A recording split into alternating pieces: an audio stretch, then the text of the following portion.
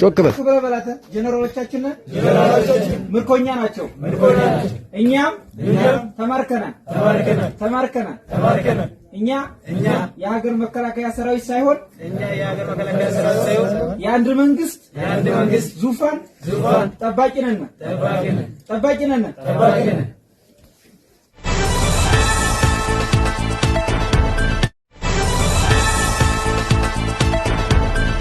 ሰበር ዜና የካቲት 23 2018 ጤናና ፍቅርን ይስጥልኝ ውድ አድማጭ ተመልካቾች እንደምን ቆያችሁ። የሰዓቱን አበይትና ሰበር ዜናዎች ይዤ ቀርብ ያለው። በቅድሚያም አርዕስተ ዜናዎቹን በማስቀደም ጀምራለሁ።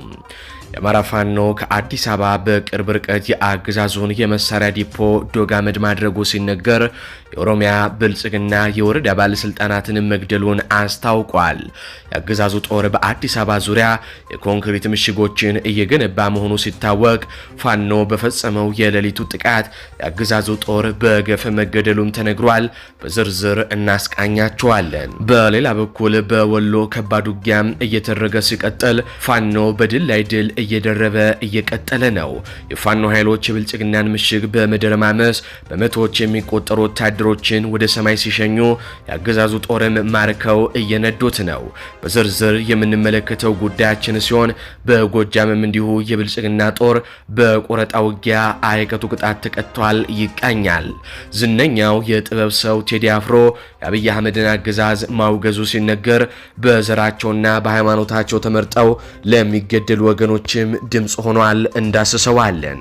ወዲህ የታላላቆቹ ጦርነት ዛሬም ሲቀጥል ኢራን በሚሳኤል የአረብ ሀገራትንና እስራኤልን መደብደቧን ቀጥላለች። ወዲህ ደግሞ የእስራኤልና የአሜሪካ ጦር የኢራንን 48 ባለስልጣናት መግደሉን ሲያሳውቅ አሊ ሐሜኒን ተክተው ስልጣን የተረከቡት አሊ ሬዛም ኢራንን ለመምራት በተሾሙ በሰዓታት ውስጥ መገደላቸውን የእስራኤል ሚዲያዎች እየተናገሩ ነው። በዝርዝር የምታደምጡት ሰፊ መረጃ ከዚህኛው ግንባርም ይዘናል። ሰላም ጤና ይስጥልኝ ውድ አድማጭ ተመልካቾች እንደምን ቆያችሁ። ከላይ በአርዕስተ ዜና ያደመጣችሁትን መረጃዎች ወደ እናንተ ላደርስ እዚህ ተገኝቻለሁ። የህዝባዊ ትግሉን የምትደግፉ እንዲሁም ሀገር ወዳድ የሆናችሁ ውድ አድማጭ ተመልካቾች ቪዲዮን ላይክ፣ ቻናሉን ሰብስክራይብ አድርጋችሁ የደወል ምልክቱን ታበሩ ዘንድ እንጠይቃለን። እንዲሁም በኮሜንት ድል ለህዝብ ልጆች ድል ለጀግኖቹም እያላችሁ ለህዝቡ ሲሉ ጫካ የገቡትን ታጋዮች ታበረታቱ ዘንድ እየጠየቅናችሁ በቀጥታ ወደ መረጃዎች ያለፍኩኝ። እስከ ፍጻሜው ድረስ አብራችሁኝ ቆዩ። ቀዳሚ ወዳደረኩት ዘገባ አልፋለሁ። 48 ከፍተኛ የኢራን መሪዎች መገደላቸውን ፕሬዝዳንት ትራምፕ ገለጹ። የኒውክሌር ፕሮግራሙንም አውድመናል ሲሉ ፕሬዝዳንቱ ተናግረዋል።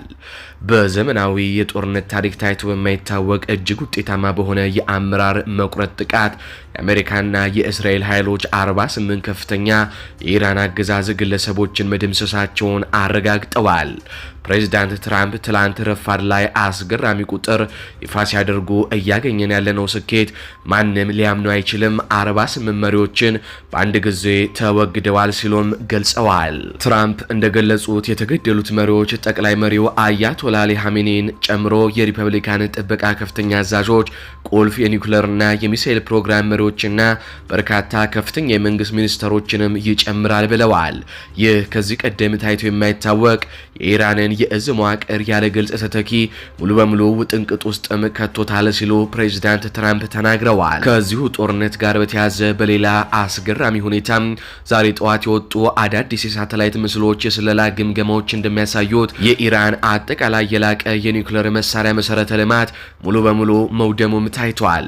በናታንዝ እንዲሁም ፎርዶ የሚገኙ ወሳኝ የማበልጸጊያ ተቋማት ከሌሎች ሚስጥራዊ ቦታዎች ጋር ፈርሰው እንደሚገኙም ተዘግበዋል። ይህም እንደ መከላከያ ተንታኞች ገለጻ የሀገሪቱን የኒውክሌር ምኞት ቢያንስ ከ15 እስከ 20 ዓመት ወደ ኋላ የሚመልስም ነው ተብሏል። የአሜሪካና የእስራኤል ባለስልጣናት እንደሚሉት የኢራን የኒውክሌር ፕሮግራም የቦምብ ስጋት ለዘላቂነት ተወግዷል ሲሉም ገልጸዋል። ምንም እንኳን ከፍተኛ ሽንፈቶች ቢገጥሟትም ኢራን ወደ እስራኤልና በባህረ ሰላጤው ወደሚገኙ በሚገኙ የአሜሪካ ይዞታዎች የሚሳኤልና የድሮን ጥቃቶችን መሰንዘሯን ቀጥላለች።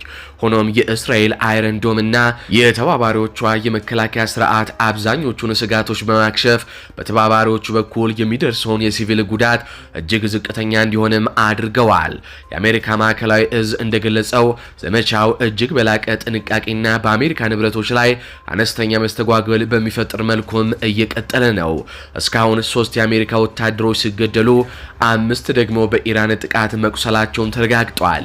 ጥቃቶች ያለማቋረጥ እየቀጠሉ ሲሆን ዛሬ ጠዋት ቀሪ የኢራንን የሚሳኤል አቅሞች ኢላማ ባደረገ እርምጃዎች በቴሄራንና በዙሪያው አዳዲስ ፍንዳታዎችም ተመዝግበዋል። ፕሬዚዳንት ትራምፕ ዛሬም በድጋሚ ሁኔታውን አስመልክተው ንግግር ያደረጉ ሲሆን የኢራን ሕዝብ ይህንን ታሪካዊ ወቅት በመጠቀም ሀገራቸውን መልሰው እንዲረከቡም አሳስበዋል። ይህ በእርግጥም ባለፉት 10 ዓመታት ውስጥ በከፍተኛ ፍጥነት እየተከናወነ ያለ እጅግ ወሳኝ ወታደራዊ ዘመቻም ነው። ፕሬዚዳንት ትራምፕ ምናልባት ለ4 ሳምንት ሊቀጥል ይችላል ሲሉም ስለ ጦርነቱ ወቅታዊ ሁኔታም ተናግረዋል። ለዚህ ምላሽ የነዳጅ ዋጋ በከፍተኛ ሁኔታ እየጨመረ ሲሆን ዓለም እያንዳንዱ እንቅስቃሴን በትኩረት እየተከታተለችም ትገኛለች። አሁን ላይ የአሜሪካና የእስራኤል ኃይሎች ቀኑ ሙሉ የሪፐብሊካን ጥበቃ የእዝ ማዕከላትን፣ የጦር መሳሪያ ግምጃ ቤቶችንና በመላው ኢራን የሚገኙ የአየር መከላከያና ማስወንጨፊያዎችን ኢላማ ያደረገ አዳዲስ አውዳሚ ጥቃቶችንም ሰንዝረዋል። አስገራሚ ተንቀሳቃሽ ምስሎች በቴህራን በኢስቲፈንና ስትራቴጂካዊ በሆኑ በደቡብ ባንደር አባስ ወደብ ላይ ሰማዩን ያደመቁ የጭስ ጭጋጎችና ተከታታይ ፍንዳታዎችንም ያሳያሉ። በባንዳር አባስ የኢራን የባህር ኃይል ንብረቶች ከፍተኛ ጉዳት እንደደረሰባቸውም አሜሪካ አስታውቃለች። አሁን በዚህ ሰዓት ደግሞ ከኢራን ውስጥ በፍጥነት እየሰራጩ ያሉ ቪዲዮዎች በሺዎች የሚቆጠሩ ሰዎች ወደ ዋናው ከተሞች ጎዳናዎች እየፈሰሱ መሆናቸውን ያሳያሉ። ህዝቡ የጸጥታ ኃይሎችን በግልጽ እየተገዳደረ ሲሆን አንዳንዶች ባንዲራቸውን እያውለበለቡ በአገዛዙ ላይ ተቃውሞም እያሰሙ መሆናቸውን ያሳያሉ። ከተለያዩ ክፍለ ሀገሮች በተቃዋሚዎችና በፖሊስ መካከል ግጭቶች ስለመኖራቸው ዘገባዎችም እየወጡ ይገኛሉ። ከጦርነቱ ጅማሮ በፊት 30 ሺህ ኢራናውያን በአገዛዙ መገደላቸውም ይታወቃል። ኢራናውያኑ የተገደሉት አገዛዙን ለመገዳደር ሰላማዊ ሰልፍ በወጡበት መሆኑም ይታወሳል። ፕሬዚዳንት ትራምፕ ዛሬ ባወጡት ጠንከር ያለ መግለጫ የኢራን አገዛዝ ማንም ሊገምተው ከሚችለው በላይ በፈጣን ሁኔታ እየፈረሰ ነው ያሉ ሲሆን ለኢራን ህዝብም ቀጥተኛ ጥሪም አቅርበዋል። ይህ የእናንተ ወቅት ነው፣ አገራችሁን አሁኑኑ መልሳችሁ ተረከቡ ሲሉ ነው ያስታወቁት። ከዚህ ጋር በተያያዘ ሞሳድ የኢራን ብሔራዊ ቴሌቪዥንን ጠልፎ የትራምፕንና የኔታንያሁን ንግግር በቀጥታ ለኢራናውያንም ማሳየቱ ተነግሯል። እስራኤል የቀድሞ የኢራን ፕሬዝዳንት ሙሐመድ አህመዲነጃድ መግደሏንም አስታውቃለች። እስላሚክ ሪፐብሊክ ኢራን እንደ አውሮፓውያን አቆጣጠር ከ2005 እስከ 2013 በፕሬዝዳንትነት የመሯት ሙሐመድ አህመዲነጃድ በትላንትናው ዕለት በእስራኤል የአየር ጥቃት በተፈጸመ ከባድ ድብደባ ከጠባቂዎቻቸውና የቅርብ ሰዎቻቸው ጋር አብረው መገደላቸውም ተረጋግጧል።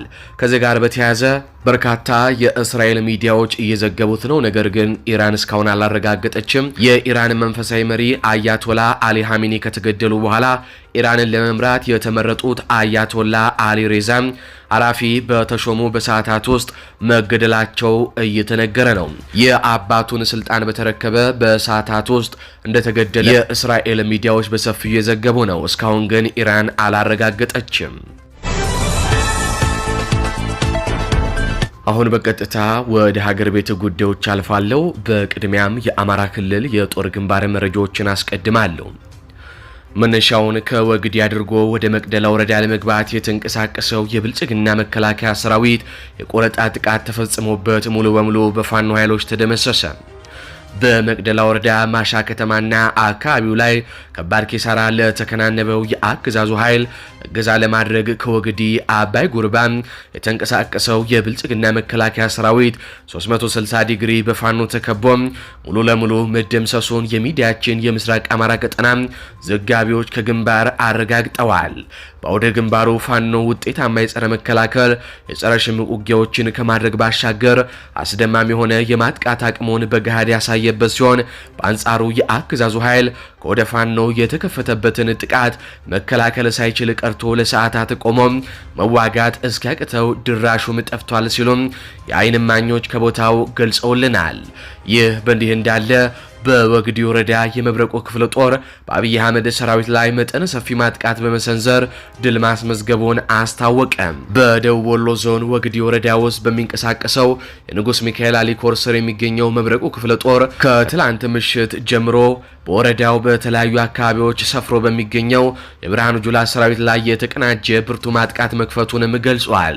ከክፍለ ጦሩ የተገኘው መረጃ እንደሚያመላክተው የፋኖ አባላቱ በታቀደ የቆረጣ ስልት የብልጽግናን ኃይል ግራ በማጋባት ከፍተኛ ጉዳት እያደረሱበትም ይገኛሉ። በዚህ ኦፕሬሽን ላይ በርካታ ሻለቃዎች የተሳተፉ ሲሆን አደነ ሀብት ነውና ነብሮ ሻለቃም በሸመኔ ያጌ ቦረቦርና የጉርባ አቅጣጫዎች የብልጽግናን እንቅስቃሴ በመቁረጥ ድንገተኛ ጥቃትም ሰንዝረዋል። አሳምነው ሻለቃ ምድሩ ገበያ በተባለ ስፍራው በወሰደው እርምጃ በርካታ የብልጽግና ኃይሎችም ሚሊሻዎችን ጨምሮ ተደምስሰዋል። የወረዳው ወቅታዊ ሁኔታ ውጊያው አሁንም ግለቱን ጠብቆ በቀጠለባቸው አብዬ ጉርባ ያጌና ሸመኔ እንዲሁም ምድር ገበያ አካባቢዎች የክፍለ ጦሩ አባላት አመቺ ቦታዎችን በመያዝ የብልጽግናን ኃይል እንቅስቃሴም መክታትም ችለዋል ነው የተባለው።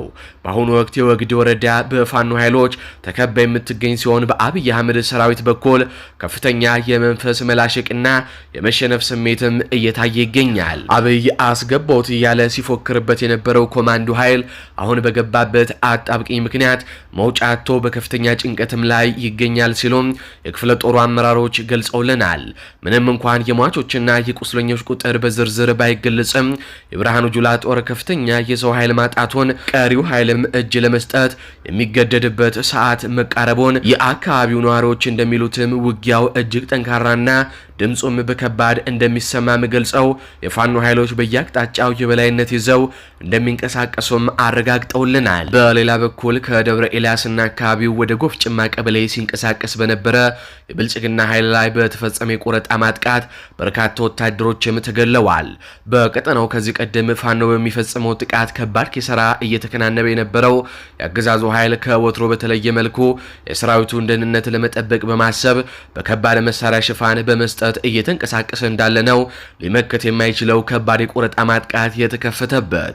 ፋኖ ወደ ብልጽግና ምሽግ በመግባት ከሚወስደው እርምጃ በተጨማሪ ከሳንጃ ውጊያ ጀምሮ በጨበጣም በቆረጣና በከበባ የብልጽግናን ኃይል አይቀጡ ቅጣት በመቅጣት ግብዓተ መሬቱንም እየፈጸመ መቀጠሉን የሚዲያችን ምዕራብ አማራ ቀጠና ዘጋቢዎችም አረጋግጠዋል። ይህ በእንዲህ እንዳለ ወደ ምኒልክ ሀገር ሸዋ ስናልፍ ፋኖ በአዲስ አበባ አቅራቢያ የአገዛዞን የመሳሪያ ዲፖም ማውደሙን አስታወቀ።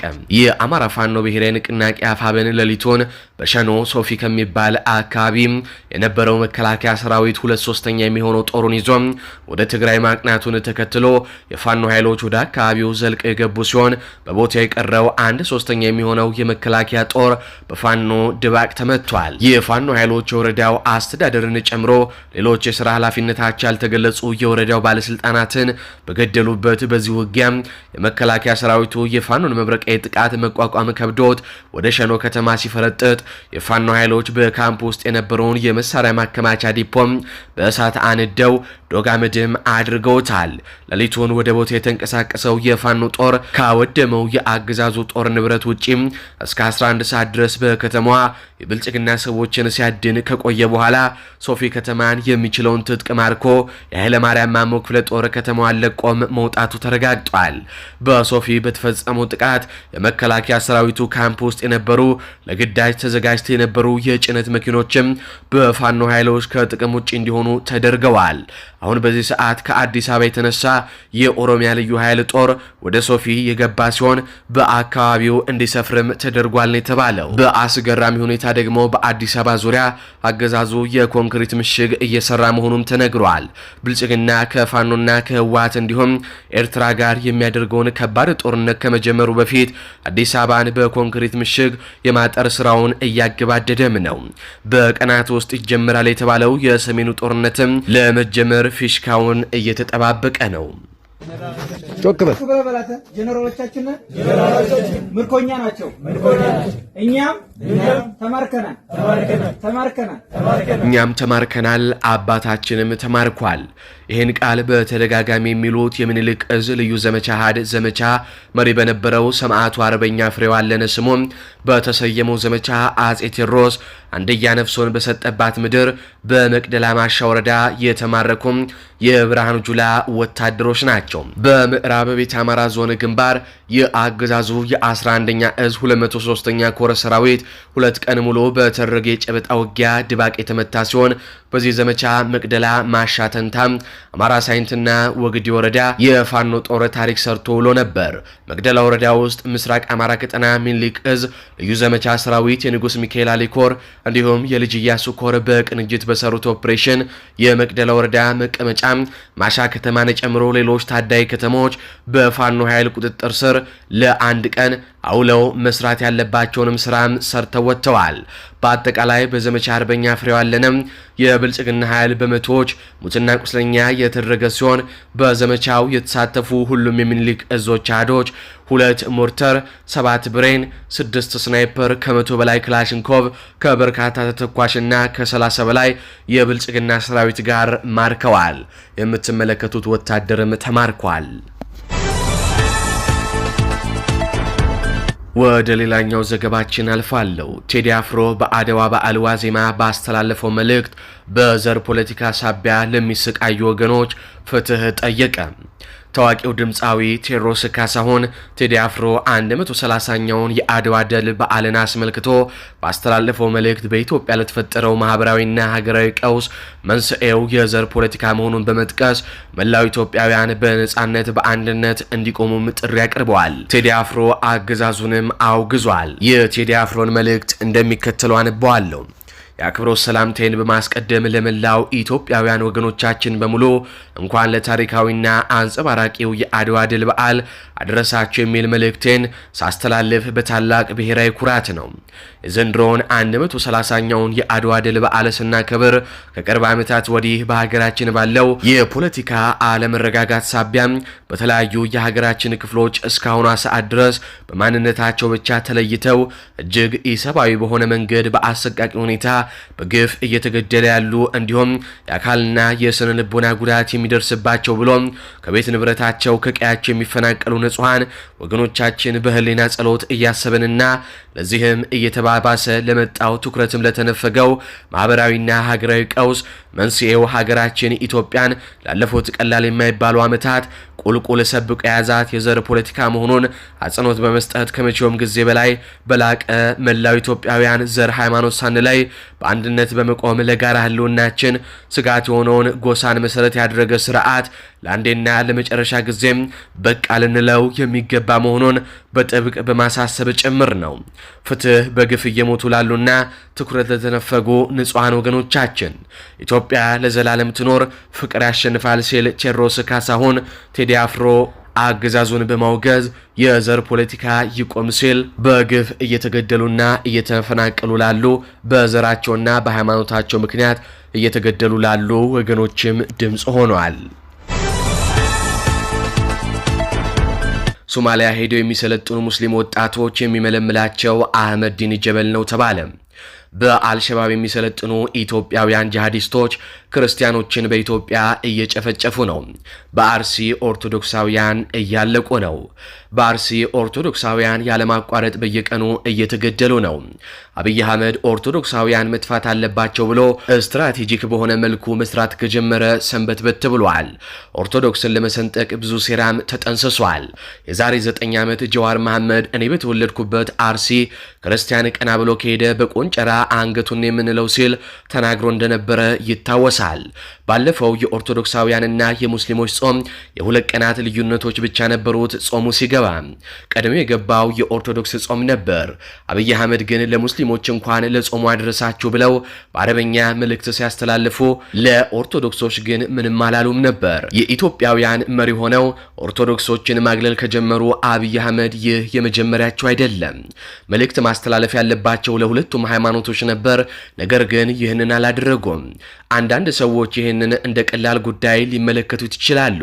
ነገር ግን ይህ ስትራቴጂካዊ ኦርቶዶክሳውያንን የማጥቂያ መንገዳቸው ነው። አሁን ላይ እነ አብይ አህመድ ፍቃድ የሰጧቸው እነ አህመዲን ጀበል ወጣቶችን እየመለመሉ ወደ ሶማሊያም ይልኳቸዋል። ሶማሊያ ሄደው በአልሸባብ ይሰለጥኑና ወደ ሀገር ቤት ይመለሳሉ። ከዚያም ተመልሰው ወደ ኢትዮጵያ መጥተው ክርስቲያንን ይገድላሉ።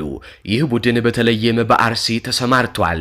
እነ አህመዲን ጀበልና እነ ሙጂብ አሚኖ የአብይ አህመድ ቀንደኛ ደጋፊዎች ናቸው። ይህ ማለት አብሮ የሚያደርጉት ነገር ነው፣ አብሮ ይሰራሉ ማለት ነው። ይህ የኦርቶዶክሳውያን ግድያ በአርሲ ብቻ የሚቆምም አይደለም። ቀስ በቀስ ወደ ሌሎች የኢትዮጵያ ክፍሎችም ይስፋፋል። ጽንፈኛ የሙስሊም አክቲቪስቶች ግራኝ አህመድ ጀግናችን እያሉ እየጻፉም ይገኛሉ። ባለፈው የአሜሪካ ጦር በሶማሊያ በአይኤስ ይዞታዎች ላይ ጥቃት አድርሶ ነበር። የአሜሪካ ጦር እንዳስታወቀው ከሟቾቹ የአይኤስ አባላት ውስጥ ኢትዮጵያውያንም ነበሩበት ብሏል። እነዚህ ኢትዮጵያውያን አይኤስ ጋር የሄዱት አይኤስ አሰልጥኗቸው ወደ አርሲና ወደ ተለያዩ ቦታዎች ተመልሰው ክርስቲያኖችን ለመጨፍጨፍ ነው። አሁን ላይም በአርሲ እየተካሄደ ያለው ይህ ተመሳሳይ ድርጊት ነው። ከቀናት በፊት በነበረው ዘገባችንም ከአይኤስ ጋር ሆነው ሲሰለጥኑ የነበሩ በርካታ ኢትዮጵያውያን በሶማሌላንድ በቁጥጥር ስር መዋላቸውንም መዘገባችን ይታወሳል። ሶማሌላንድ እነዚህን ኢትዮጵያውያን በቁጥጥር ስር ስታውል እነዚህ የኢትዮጵያ ዜጎች በሀገሬ ውስጥ ስልጠና ከአይኤስ ጋር ሲሰለጥኑ ነበር፣ በቁጥጥር ስር አውያቸዋለሁ፣ ቀሪዎቹን ደምስሻቸዋለሁ ስትል ማሳወቋ ይታወሳል። አሁን ላይ ግን አብይ አህመድና እንደነ ሙጂብ አሚኖና ሌሎችም አክራሪዎች በጠነሰሱት ሴራ ክርስቲያኖች በአርሲና በተለያዩ ቦታዎች እየተገደሉ ነው። ይህ በእንዲህ እንዳለ ደግሞ ከወለጋ ሰበር ዜና ተሰምቷል። ሆሮ ጉዱሩ ወለጋ ዞን አቤ ደጎሮ ወረዳ ቱልጋና ከተማ ከአማራ ፋኖ በወለጋ የተወጣጣ ኃይል ከጠዋት ጀምሮ በትላንትናው ዕለት ባደረገው ተጋድሎ አስደናቂ ድል አስመዝግበዋል። የአገዛዙ ጥምር ጦር አስከሬን በየምሽጉ ወድቋል። የተረፉትም ወደ መዘጋጃ እየሸሹ እንደሚገኙ የፋኖ አባላቱ ለሚዲያችን ገልጸዋል። በአሁኑ ሰዓት የአማራ ፋኖ በወለጋ ጌጤ ግርማ መብረቁ ክፍለ ጦር፣ ጽናት ክፍለ ጦርና ከአንገር ጉትን ብርጌድ የተወጣጣ ኃይል ከተማዋን የተቆጣጠረ ሲሆን ህንፃ ላይ ሆነው ሲተኩስ የነበሩ መከላከያዎች በፋኖ አልሞ ተኳሾች የአማራ ፋኖ በወለጋ ጀግኖች ከህንፃው ላይ ወደ መሬት ተጥለዋል። ህንፃው በጀግኖቹ ቁጥጥር ስርም ውሏል የተባለው ከአንድ ምሽግ 7 የመከላከያ ሰራዊት የተረፉ እንዳሉ የገለጹት የፋኖ አባላቱ ገዳ ኮማንዶና ሚሊሻ ወደ መዘጋጃ እየሸሸ እንደሚገኝም አክለው ገልጸውልናል። በአሁኑ ሰዓትም ከተማዋን የተቆጣጠረው የአማራ ፋኖ በወለጋ የመከላከያ ሰራዊትና የአገዛዙን የገዳ ኮማንዶ የማጽዳት ስራ እየሰራ እንደሚገኝም አክለው ገልጸውልናል። በትላንቱ ከባድ ጦርነት ከፍተኛ ድል መጎናጸፉን የአማራዎች መንደር የሆነችውን ሆሮ ጉዱሩ ወለጋ ዞን አቤ ደጎሮ ወረዳ አሩሲ አነስተኛ የገጠር ከተማ ገዳ ኮማንዶ የተባለው የአገዛዙ ጨፍጫፊ ሰራዊት የአገዛዙ ጨፍጫፊ ወታደር ከቀናት በፊት ከተማዋን ማቃጠሉን ተከትሎ በእልህና በቁጭት የመልስ ምት እየሰጡ የሚገኙት የአማራ ፋኖ በወለጋ ከትላንት ጀምሮ ብዙ ቀበሌዎችን ነጻ ያወጡ ሲሆን ገዳ ኮማንዶም ሽምቅ ተዋጊና ሚሊሻ ነፍስ አውጭኝ ወደ ወረዳና ከተማ አስተዳደር ከተሞች እየፈረጠጡ ይገኛሉ ሲሉም በወለጋ የሚገኙ የፋኖ ኃይሎች አክለውም ለሚዲያችን ገልጸዋል። እንደ ድሮ እየሞትን እየተፈናቀልን ንብረታችን እየተዘረፈ ዝም የምንልበት ጊዜው አብቅቷል። አማራ ሲሞትና ሲፈናቀል የምታሽላሉ ጽንፈኞች ሀዘኑ ከእናንተን ቤት እንደማይወጣ ማወቅ ነበረባችሁ ሲል የፋኖ አመራር ለሚዲያችን ገልጿል። እንግዲህ ከዚህ ድል በኋላ የአርሲ ኦርቶዶክሳውያንና አማራዎችም ልክ እንደ ወለጋው የአማራ ሕዝብ መታጠቅና ራሳቸውን መከላከል መጀመር እንዳለባቸው በበርካቶችም እየተነገረ ነው። አድማጭ ተመልካቾች ለሰዓቱ ያስኩላችሁ ዘገባዎች እነዚህን ይመስላሉ። በዜናዎቻችን ላይ ያላችሁን ሐሳብ አስተያየት በኮሜንት መስጫ ስር አስፍሩልን። እንዲሁም በዝግጅታችን ክፍል ላይ ያላችሁን ሐሳብ አስተያየት ምን ይጨመር ምን ይቀነስ የሚሉትንም በኮሜንት መስጫ ስር አስፍሩልን። እንዲሁም ቪዲዮውን ላይክ፣ ቻናሉን ሰብስክራይብ በማድረግ አጋርነታችሁንም እንድታሳዩን እንጠይቃለን። እንዲሁም ላልሰሙ እንዲደርስ ሼር በማድረግ ለበርካቶች ተደራሽ ታደርጉን ዘንድም እንጠይቃለን። በቀጣይ በሌሎች ዘገባዎች እስካገኛችሁ ድረስ ቸር ያሰማን።